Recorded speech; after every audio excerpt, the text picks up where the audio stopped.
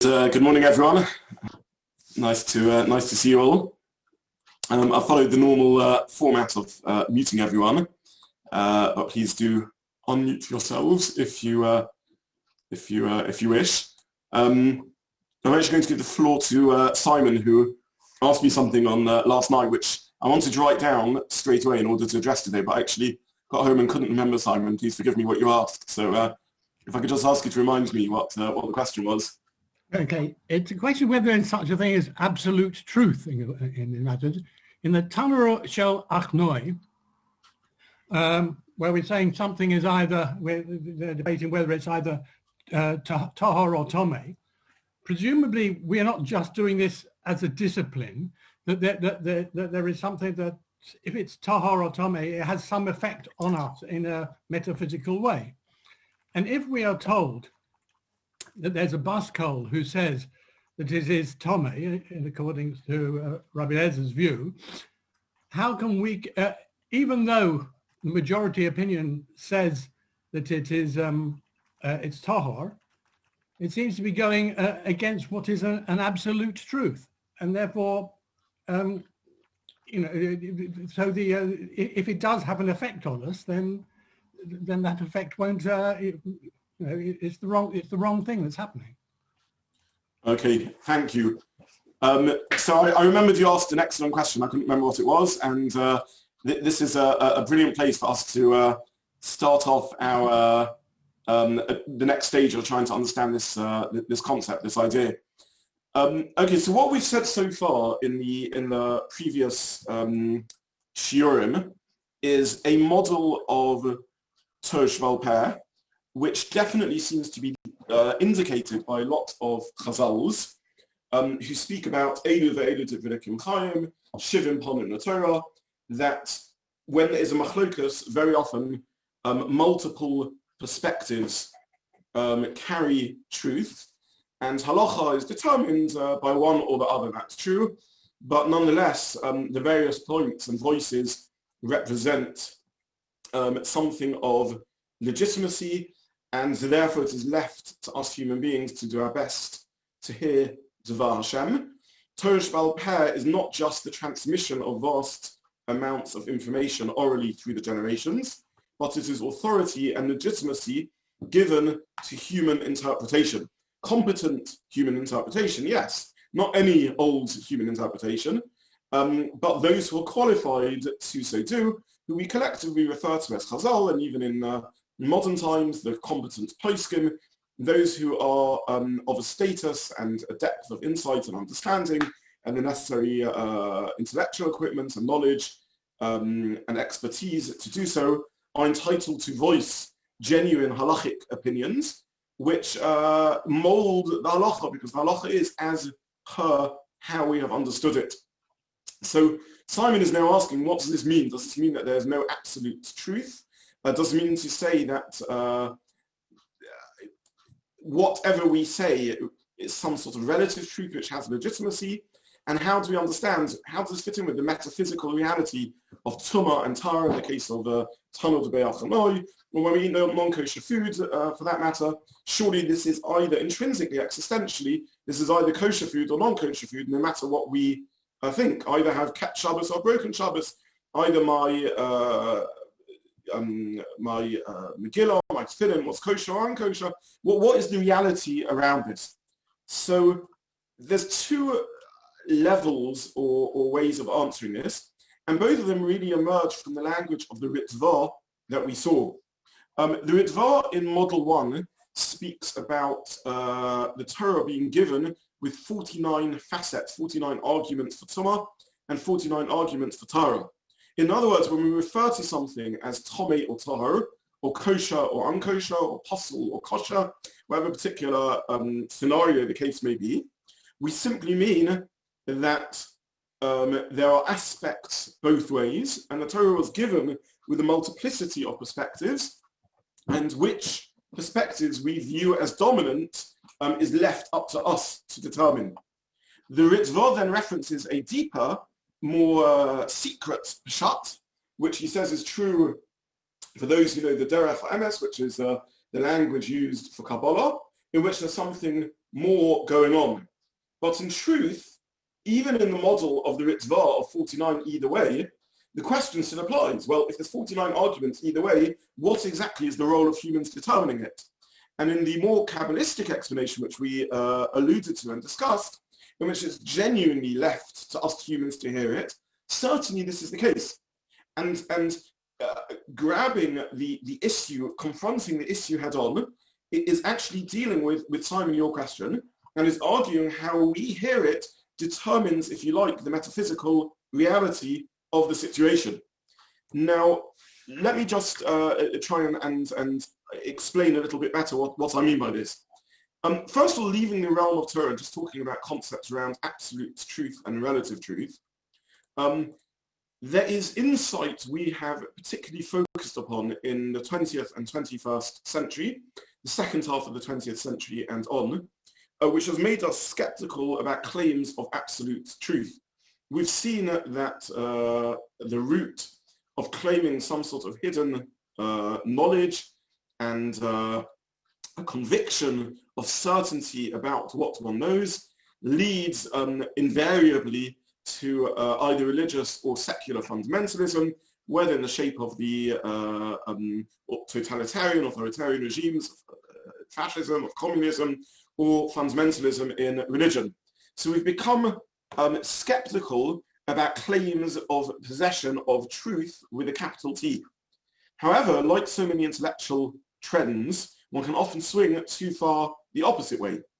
And what has started off as a legitimate, we can call it epistemological modesty, a modesty about our ability as humans to know everything and to be overly confident about the truths that we know, and to be cautious about jumping to conclusions, and to be aware of the fallibility of human reason. Scientific methods has taught us that even theories which have a lot of evidence and can perhaps stand for hundreds of years can often turn out to need tweaking.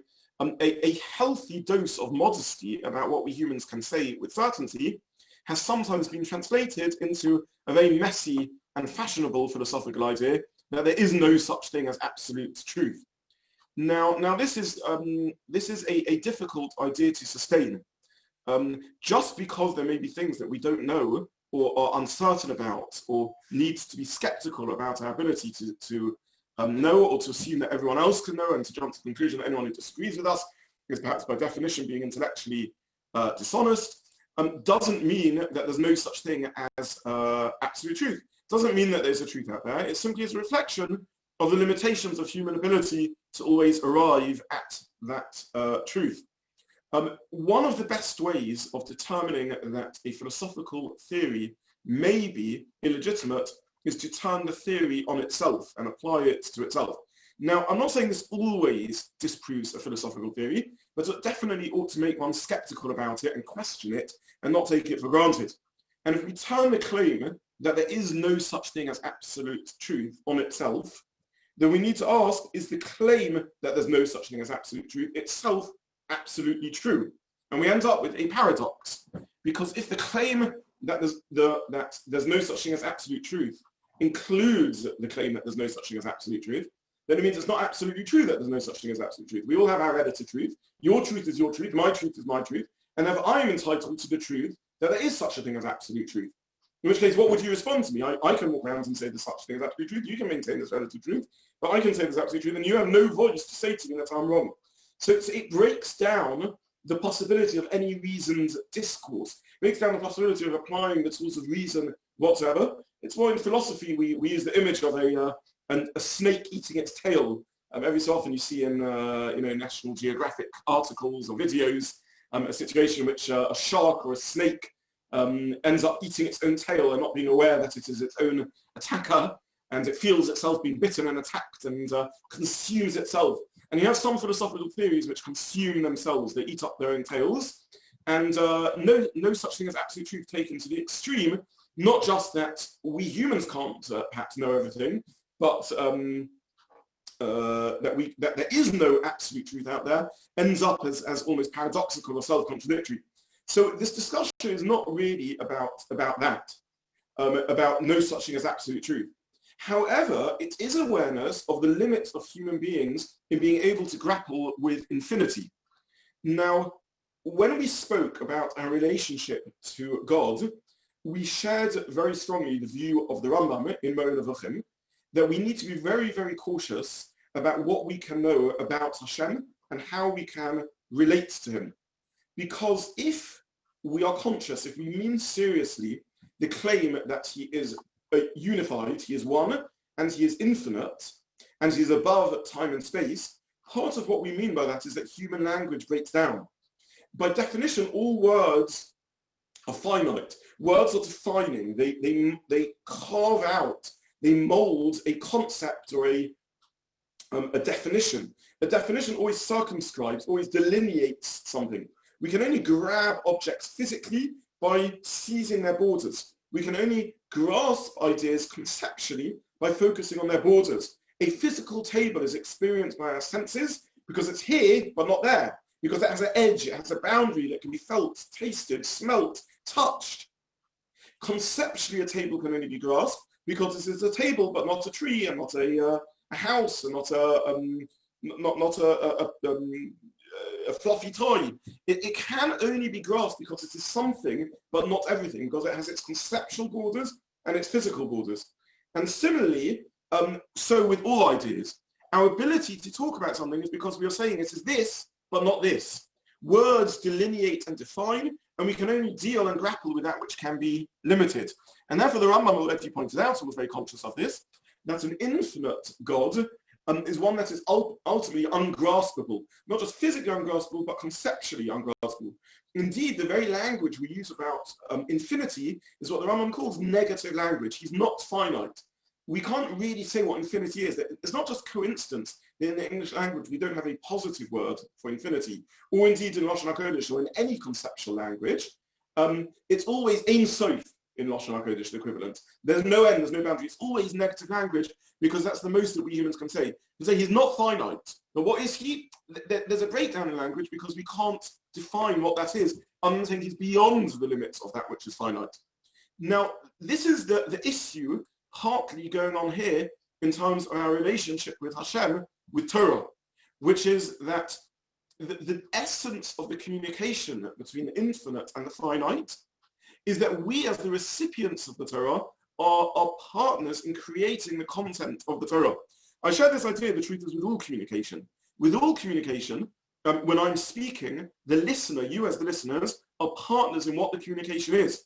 Were I to be speaking to nobody, to a blank and empty space, it would be difficult to call the words I'm saying communication.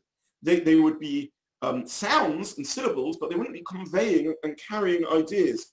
It's the recipient listening to these ideas who create the communication that is occurring through the words that are being said.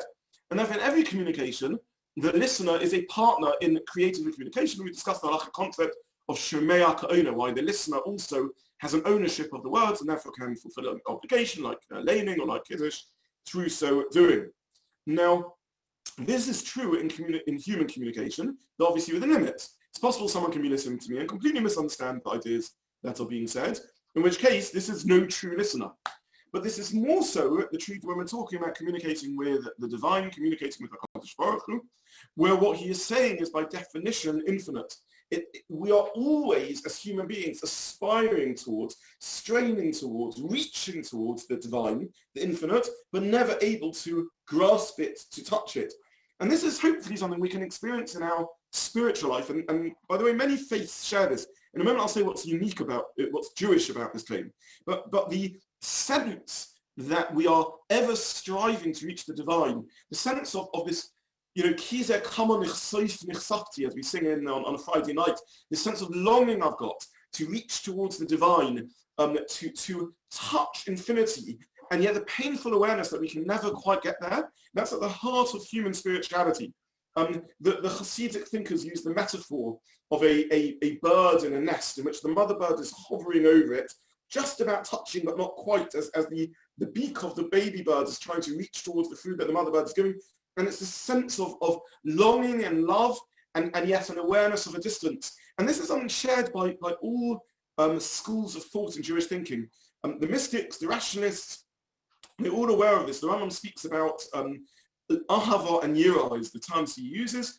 There's a relationship of love to Hashem, and yet as soon as one becomes aware of that love and one strains towards the divine, immediately, says Rambam, one steps back with a sense of awe and an awareness of the distance and gap between us and the infinite. And then again, one's drawn towards, and maybe it's a separate discussion, but this is getting to the essence of what human existence is and what it means to be a spiritual being, which we use borrowed language to describe. We have a godliness within ourselves, we are created in the image of God. We have that within us, which strives towards infinite, strives towards absolute, and yet we can never quite reach it. We can use the parable of the asymptote, the curve that never touches the axis and yet is drawing ever closer. We spoke about this longing at the heart of human existence when we discussed Olam Haba and the state of spiritual existence. This is something that comes in every area of spiritual thought, and it's something we should experience in our own sort of inner spiritual life. When we engage in tefillah on Thursdays at the moment, I'm doing a series on the Siddur and Thursday evenings, and one of the things actually which I hope to touch upon next week, this Thursday, Hashem, is around this very issue of how every time we daven Amidah, we're meant to feel this a meditative experience of striving and leaning to and reaching towards Hashem, and then a stepping back. And this is built into the very structure of the Nusach HaTfilah as we daven it, often unnoticed, and yet built into the fabric, this constant tension between drawing closer and stepping back, drawing closer and stepping back. Where this becomes uniquely Jewish, I mean, certainly this discussion is not really relevant to pagan faiths. It's even not relevant to faiths which are monotheistic and yet believe that somehow God can become embodied in a human being. So at least I'm not an expert in Christianity, but at least some schools of Christianity resolve this tension by claiming that God can somehow become embodied in human form, and then we can have a genuine relationship of an immersive sort of a physical, tangible connection. But we don't accept that. There are certain faiths that remain true to pure monotheism, Islam, and perhaps some schools of Christianity and so on. This is something that's a universal tension. Where we uniquely engage with this is, of course, in Talmud Torah, because one of our unique contributions to Ruchnias is the idea that our mind and our intellectual pursuit also carries spiritual content. It's another vehicle, and according to some schools of thought in Yiddishkeit, the main vehicle of relating to Hashem is that of an intellectual pursuit of trying to understand philosophically, according to the Rambam, halachically, according to perhaps Lithuanian thinkers and those of the school of the Vilna Gaon. But whatever it may be, the realization that this truth, this tension at the heart of striving to godliness also applies to Torah. And this is what we're discussing over here. This is exactly this idea, that we strive towards hearing Devar Hashem, and yet it's how we hear it that creates the genuine connection and bond with Hashem. Because because if one wants to use borrowed language again from the perspective of HaKadosh Baruch Hu, that we can never hear, the infinite angle of the communication, the Devar Hashem as said from his side. I'm saying this is borrowed language because we can't even call it Devar Hashem, we can't call it words. As soon as we translate it into words, it's by definition how we hear it rather than how, in a sense, it's absolutely meant. So in answer to your question, I want to have my cake and eat it. We do believe there is an absolute truth, but we have to realize that the word absolute is from our perspective. From the perspective of HaKadosh Baruch Hu, it's not that there is no absolute, it's that we can't use the word absolute because human language itself breaks down as soon as we're talking about the infinite. Even in truth, even talking about HaKadosh Baruch Hu existing is an abuse of language according to the Rambam, and this is very reasonable. Existence means the most we can experience of existence, which is by definition within a finite world. The most we can really say is he more than exists. We can't really say he exists. He more than knows. He more than is. But even saying he is an example of the breakdown of human language. When we wish to refer to Hashem as being and existence, we use the word Yud-Kei, Vav-Kei, which is an amalgamation of Hoya, Hoive, V'yiyeh. So we take all the words for being that we can, he was, he is, and he will be, we merge them into Yud-Kei, Vav-Kei, and then we don't say that word. We don't pronounce it. We refuse to pronounce it. In other words, we can't say even that, because even talking about his existence on some level is a distortion of the truth, because he more than exists. He exists beyond existence as we humans can possibly know it. So this is the same in Talmud Torah. Now, what does this mean in practice? What does this mean about your question? Well, what is the existential reality of this oven? Is it Tommy or Tahor? Is it kosher or possible? So here we get to a divide between the school of the Ramchal, representing, I should say more accurately, the school of the Mekubalim, but the Ramchal who most clearly spells this out, and the Rambam who most clearly spells out the alternative. And this is the question about to what degree mitzvahs have a metaphysical, existential reality. Are they merely a legal code which we have to follow in order to set ourselves on a path of genuine spiritual growth and connection with HaKadosh Baruch Hu, and they are rules to create the structure to so do, but in and of in themselves are merely facilitators. They are merely instruments to arrive at that spirituality, or do they carry within themselves the spiritual content itself? Do they have an existential, intrinsic reality, metaphysical reality, which carries that spiritual content itself? So I'll give it a couple of examples.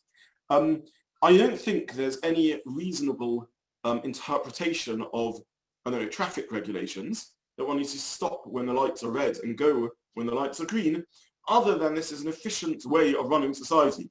So they are instruments, they facilitate safe travel.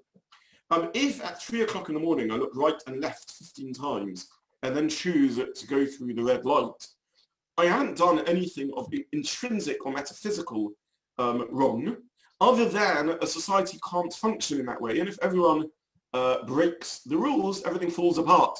This is something that's been a lot on all our minds, I think, in COVID season.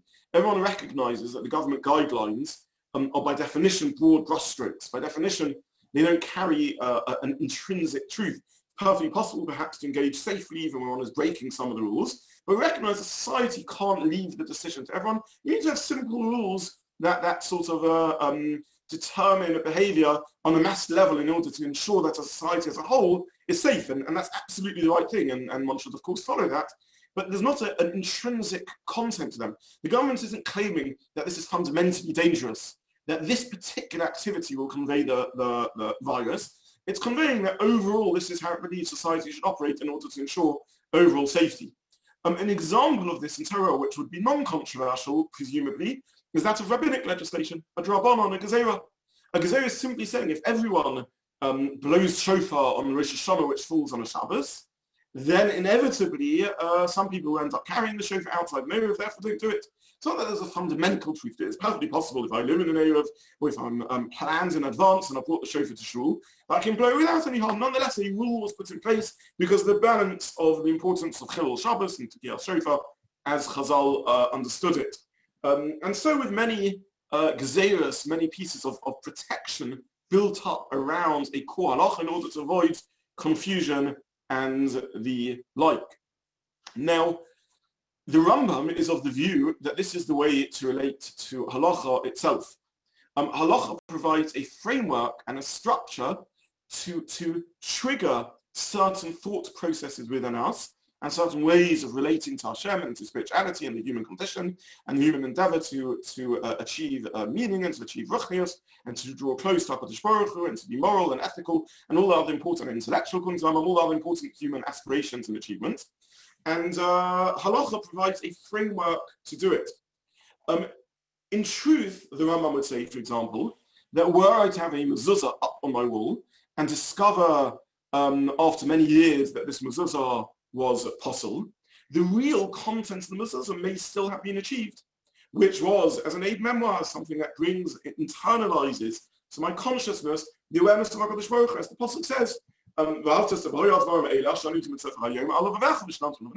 we should carry these words with us. And every time we go to a door, we think about this, we bind this upon our hearts and our heads, we speak about this. We need to be God conscious. We need to be aware of Hashem in our life, and we are given various tools to do it. If one walks past a mezuzah every single day, if one puts on tefillin every single day, and is completely oblivious to the message it's carrying, the Rambam would say what I've achieved is relatively little. It's got something, because I'm aware I'm doing a mitzvah, but it's losing a large part of the content it's meant to be conveying, that it is designed to convey. What happens if this turns out to be possible? Well, in terms of the inner content it's given me, that remains. Nonetheless, the Torah is a legal code. You need a set of instructions. You can't have everyone going through red lights and think that society can continue to function safely. If we stop caring about the kashrus and mitzvahs, the whole system falls apart. And it's an act, therefore, of defiance of divine authority, certainly, to neglect the practical application of mitzvahs, to ignore the structure that halacha puts in place for how mitzvahs are to be fulfilled. Nonetheless, the inner content of the mitzvah may still be there. And even if we're doing every mitzvah perfect in terms of its external structure, if we're lacking the inner content, we haven't really done what the mitzvah is about. The Mekubalim, on the other hand, and this is spelled out by the Rambam in particular, say no. The mitzvah carries within it the metaphysical and spiritual content, and therefore I do the mitzvah oblivious of its inner content. Nonetheless, the metaphysical reality is I am someone who has eaten kosher, I am someone who has bound to fit into myself, I'm someone who has had a mezuzah in my house, I'm someone who has worn tzitzis, I'm someone who has listened, shaken lulav and esrog, I'm someone who has kept Shabbos. This is an intrinsic metaphysical state of being and quality that I possess, and in so doing, this is embedded within the inner spiritual content of what I am, a mitzvah and spiritual identity and content. Of course, if I understand the purpose of the mitzvah, this is a rich mitzvah, a more important mitzvah. The Mekubalim are absolutely up for kavanah and great engagement with the mitzvah, but nonetheless, the reality of doing the mitzvah is there whether I am conscious of it or not. The Rambam believes the impact of the mitzvah is on the psyche, the psychological and intellectual effect of the mitzvah on me through so doing. It provides a structure to impact me psychologically.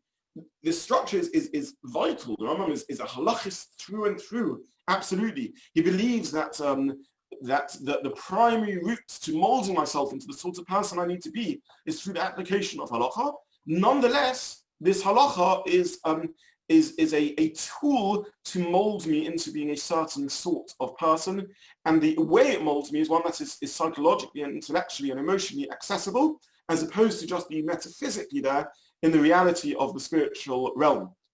Now, how does this impact on our discussion about halacha and the metaphysics of whether this is tomei or tar?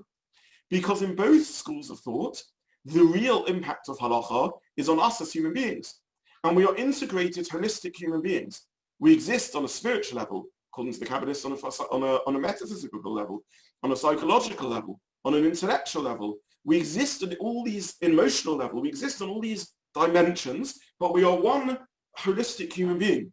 And therefore, paralleling how we understand the mitzvah intellectually, halachically, will impact on the way we ought to perform the mitzvah in a practical and physical level, and the way the mitzvah will impact on us metaphysically and psychologically and emotionally and intellectually in terms of the other areas of achievement for the mitzvah.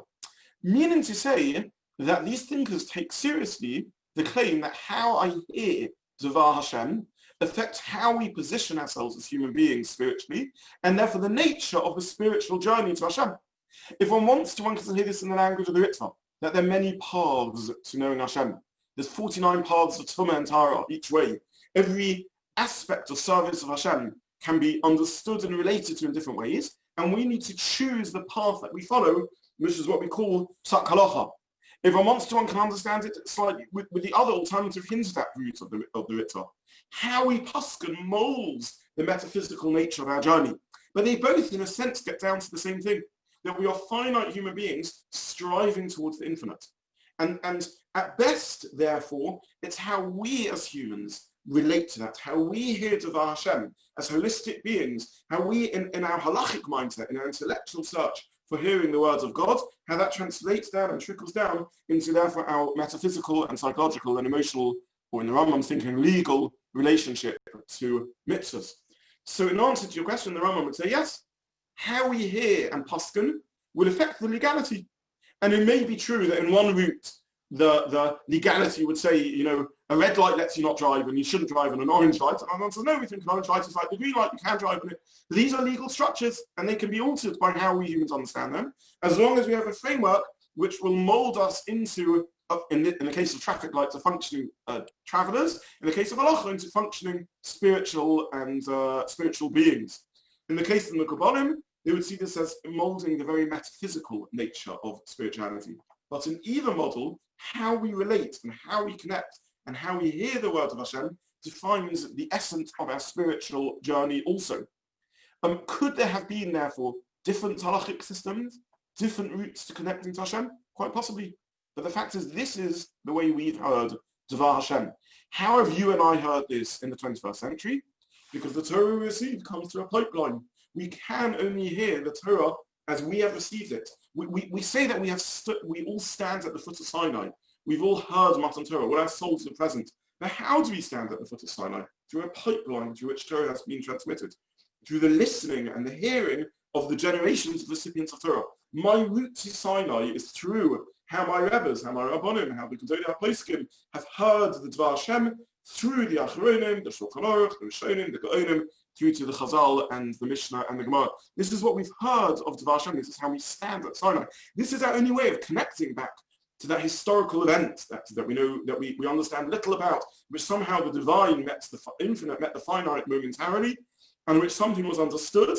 And the rest of our journey as Jews is trying to hear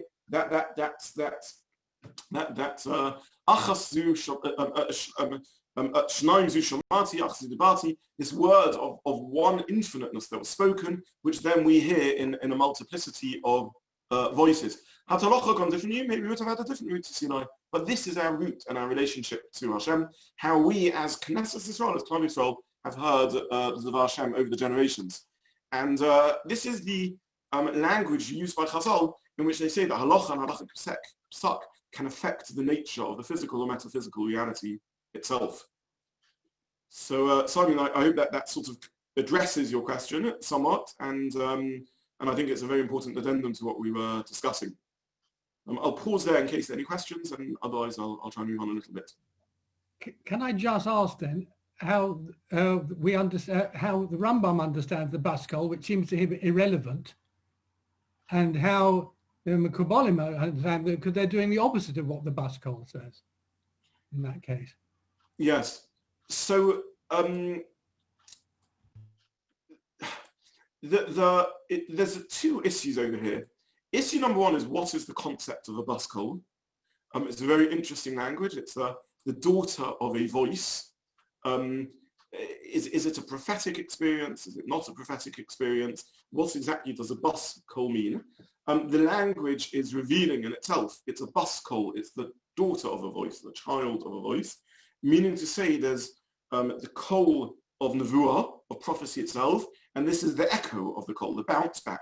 In other words, how our physical reality echoes the voice that was heard from Sinai. And the message of the buskol, both according to the Rambam and according to the Mebonim, I think is identical, which is know that you humans can only aspire to hearing part of the truth. But know equally that that part of the truth that you hear is how you need to behave in line with, because this is what you're hearing, this is your route to connecting with me, to connecting with Hashem.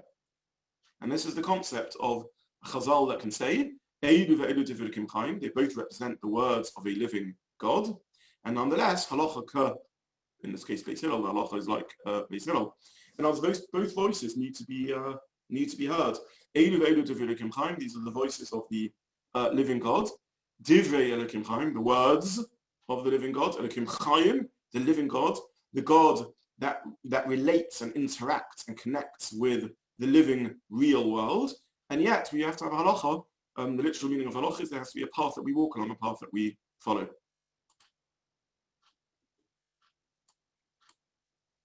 So Noam here posted on the group, how does the mechanism of din Torah work? Because the halachic correctness of a person's action will depend on how the person understood halacha, which case the defendant would need to testify in their own trial. The defendant is by de facto a possible aid. Okay, so this is also a very important question. One of the reasons why there is a Beis Din, so Noam's question is about the concept of a din Torah.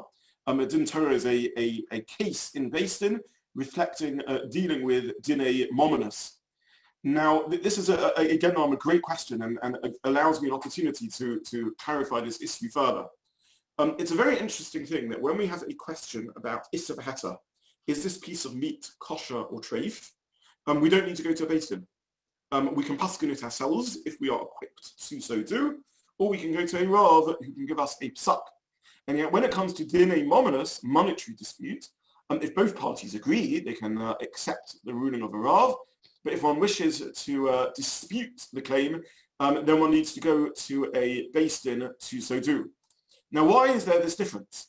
Moreover, when it comes to Beis Din, there is a system of quite tight regulation regarding transparency. So, for example, a dayan judging or an aide bearing witness can't paskin on their own money. When it comes to other areas of halacha, when it comes to Issa V'Heta, there's absolutely no problem with paskin on one's own money, meaning to say, we believe that someone is capable of rising above bias. The person has to know their own biases. They have to be honest with themselves. If a person reflects and thinks, you know what, I'm capable of ruling in this case honestly, they're allowed to so do. So, for example, if someone has a shaila about the kashrus of food that they cooked, and maybe they were preparing for a sheva brachas they were hosting, and maybe the totality of the food which they are planning to serve comes to £1,000, it's a significant halachic shaila, they can paskin for themselves. They have to be conscious of bias, they have to be careful that they're not letting their bias sway their judgment, but if they feel confident of it, they're allowed to. Suddenly they have a dispute with a fellow human being for £100, or the judge is offered by one side or another £10, and suddenly we can't paskin because of bias, because of bribery, because of negias. So what is the difference between these two domains of halacha? And the difference is exactly what we are talking about over here. As Noam said, in truth, in the application of halacha, if one is competent to so do, if one understands the halacha well enough, we can paskin for ourselves. And as long as I understand the Torah and I have a legitimate ability and voice to rule, I can paskin for myself. It's how I understand the Dvar Hashem. One has to know what one's ability in halacha is. However, when it comes to a din Torah, this is exactly the point. There's two parties to the question. It's not just my own shaila. It's someone else's shaila also. And therefore, this needs an external determinant. And this is the complication of a din Torah. And therefore, here the halacha is determined by the principle of achrei Rabbi Mahatos between the dayanim who are dealing with this. And it is correct and absolutely correct to say that within a range of limits, it will be dependent on how the dayanim assess the situation. And it's possible that other rulings could have come out. Again, I mean, the same thing is there in the secular legal system. Ultimately, even in the secular legal system, judges are trying to determine what a law, which is often open to multiple interpretation, mean. And it is the same thing in the halachic system. There are laws which can be interpreted two ways, there are situations which can be interpreted two ways, and the role of a dayan is to do their best to understand what the circumstances and what the Dvar Hashem, what the halachic resolution is also. So this is what the nature of a din Torah is. Now I have to tell you, in my experience and in the experience of many that deal with these things, we think of a classic din Torah as involving two parties, one of whom is lying and one of whom is telling the truth. And that simply isn't the case. In 95% of Dinei Torah, 95% of monetary disputes, this is not about honesty. This is not about one or the other line. It's about the reality of the human condition. That two people engage in a transaction, they each were genuinely picturing it differently. They didn't spell out the terms and conditions clearly enough, or even the terms and conditions and the documents they drew up are open to multiple interpretations. And this is the complexity of human interactions. Both sides, sometimes there's dishonesty there, but sometimes both sides genuinely believe their claim and genuinely and sincerely mean what they're saying, and they're both fine and upstanding individuals, and they came to the transaction from a different perspective. They simply had a different view as to what was really going on over here and made assumptions about what they were saying or used words which were open to different interpretations. And each side succeeded in accommodating the conversation that was going on into their own worldview. And therefore, again, this gets us back to the same idea, that you have a situation which is genuinely open to multiple interpretations. And again, therefore, this is the context of the Beis Din in deciding which one is correct. So this is the nature of Torah SheBaal Peh, and this is the nature of Dinei Mominus, as Noam correctly said. Because Dinei Mominus isn't about what it is just to me, but it is about that the essence of the question is what it is to multiple people, therefore Din Torah is needed. As opposed to a question of kashrus, which is primarily my personal question, is this kosher? That the impact of this may be, am I able to serve it to my guests who are eating at my table? I'm going to stop here, draw today's session to a close, because the next topic is a massive one, and I want to dedicate a proper topic to it, a proper discussion to it. But as I mentioned last week, if this is indeed about determining, Moshe, I'm going to leave you muted for a few minutes till I finish, okay? If this is indeed about determining the truth of a situation as I understand it, and as I hear Devar Hashem, we now need to ask, what role can changing insights, changing ways of understanding the world have on this? To what degree is changing understanding of ethics and spirituality affecting Pesach, some of the insights that we have in the 20th, 21st century, how that impacts Pesach, how scientific developments impact Pesach, what is their role in the generation of Torah SheBaal Peh, and this is what we will look at in Yitzhak Hashem in our next session.